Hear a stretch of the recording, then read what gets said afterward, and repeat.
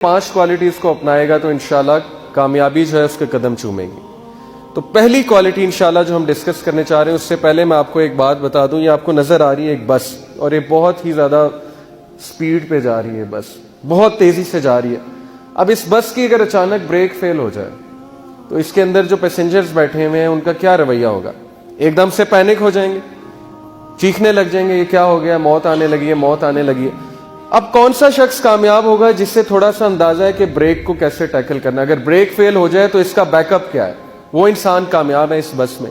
یہ بس آپ کی زندگی ہے. زندگی کبھی کبھی اس موڑ پہ چلی جاتی ہے جو ہم نے ایکسپیکٹ نہیں کیا ہوتا. اسٹیون کووی جیسے کہتا ہے نا کہ انسان کی زندگی میں 2 طرح کے مسئلے آتے ہیں.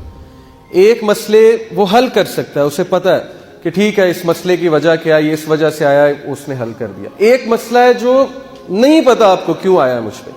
جیسے یوسف علیہ السلام، ان کا کیا قصور تھا؟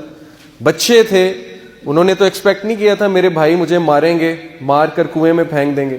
ان کو یہ پرابلم نہیں نظر آ رہی تھی. لیکن اس طرح کی پرابلمز آ جاتی ہیں انسانوں پہ. کبھی کبھی انسان سوچتا ہے میرا قصور کیا ہے، یہ چیز میرے ساتھ کیوں ہو رہی ہے؟ یہ اللہ کا امتحان ہے، قرآن جو ہمیں بتاتا ہے.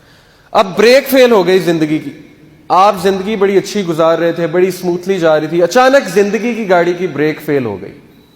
اب کون کامیاب ہوگا جب بریک فیل ہو گئی؟ کون کامیاب ہے؟ جسے پتا ہے کہ جب بریک فیل ہو تو میں نے کیا کرنا ہے، جسے نالج ہے اس بس کا. جسے اس بس کا نالج نہیں ہے وہ پھر انہی پیسنجرز کی طرح چیختا چلاتا رہے گا اور کوئی اس کی مدد کرنے نہیں آئے گا. اللہ تعالیٰ بھی اسی کی مدد کرتے ہیں جو اپنی مدد خود کرتا ہے. اللہ تعالیٰ نے ہمارے سامنے قرآن بھیجا، ہمارے لیے قرآن بھیجا. کس لیے؟ اس کو پڑھو، سیکھو زندگی کیسے گزارنی ہے. اس کو صرف چومنے کے لیے تو نہیں بھیجا نا اللہ نے، یا سب سے اوپر شیلف پہ رکھنے کے لیے تو نہیں بھیجا. یہ اللہ نے اس لیے بھیجا ہے کہ اس سے سیکھو. اور اگر اس سے نہیں سیکھو گے تو سورہ طٰہٰ میں اللہ نے کیا کہا تھا حضرت آدم علیہ السلام کو کہ بتا دینا انہیں جا کے کہ جو میری وحی سے منہ موڑے گا اس کے لیے پھر بہت تنگ زندگی ہے، اس کے لیے پھر بہت مشکل لائف ہے. تو اللہ نے کلیئرلی ہمیں بتا دیا کہ قرآن میں نے تمہیں زندگی گزارنے کا طریقہ سکھانے کے لیے بھیجی ہے. یہ ہے قرآن کا بیسک مقصد، ہدایت.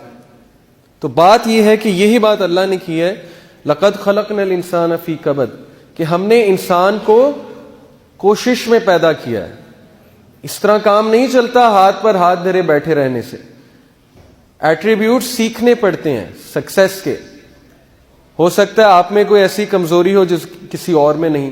اب آپ ہاتھ پر ہاتھ دھرے بیٹھے رہیں کہ نہیں جی میں ہوں ہی ایسا، مجھے اللہ نے بنایا ہی ایسا ہے، مجھے تو بہت غصہ آتا ہے، میری نیچر ہی ایسی ہے. اب آپ اپنے آپ کو بدلنے کی کوشش نہ کریں ساری عمر، تو پھر قصوروار آپ ہیں، اللہ تو نہیں ہے نا پھر قصوروار. کیونکہ اللہ نے آپ کے لیے وہ میکینزم، وہ سسٹم اتارا ہے جس میں عمل کرتے ہوئے آپ اپنی ویکنیسز کو کنٹرول کر سکتے ہیں اور اپنی اسٹرینتھس کو اوپر لا سکتے ہیں. اس لیے کوشش، ہر چیز کے لیے کوشش ہے. پھر اللہ نے کہا تِلْكَ الْأَيَّامُ نُدَاوِلُهَا بَيْنَ النَّاسِ وَلِيَعْلَمَ اللَّهُ الَّذِينَ آمَنُوا. اللہ نے ہمیں یہ بھی بتایا زندگی کا فلسفہ کہ زندگی کیا ہے جی، کہ دن آتے ہیں رات آتے ہیں. اور یہ دن رات کیوں آتے ہیں؟ تاکہ اللہ تعالیٰ جو ہے وہ امتحان لے سکیں کہ تم میں سے کون جو ہے وہ ایمان لانے والا ہے. اب دن رات سے کیا مراد ہے؟ کبھی خوشی اور کبھی غم. مستقل خوشی اس دنیا میں نہیں ہے. جو یہ سمجھتا ہے کہ اس دنیا میں مستقل خوشی ہے، پرفیکٹ ہیپینس ہے، وہ ایک دھوکے میں. پرفیکٹ ہیپینس اور خوشی جو ہے وہ صرف جنت میں.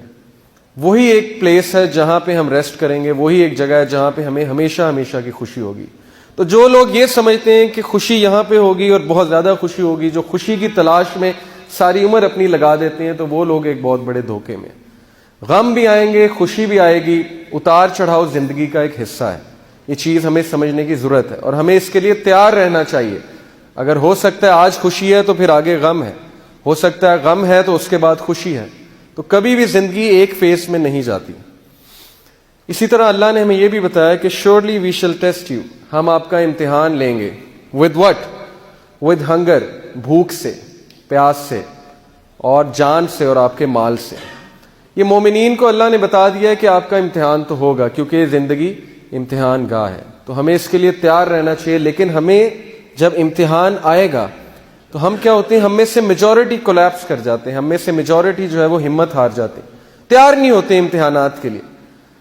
اچھی قدر کا تو ہمیں بڑا پسند ہے جی کہ اچھی باتیں ہمارے ساتھ خوشیاں آئیں ہمیں تب تو ہم اللہ کا بڑا شکر ادا کرتے ہیں، لیکن جیسے ہی کوئی اللہ تعالیٰ ہماری پکڑ کرتے ہیں یا ہم پہ کوئی امتحان لے آتے ہیں تب جو ہے ہم اللہ سے شکایات شروع کر دیتے ہیں۔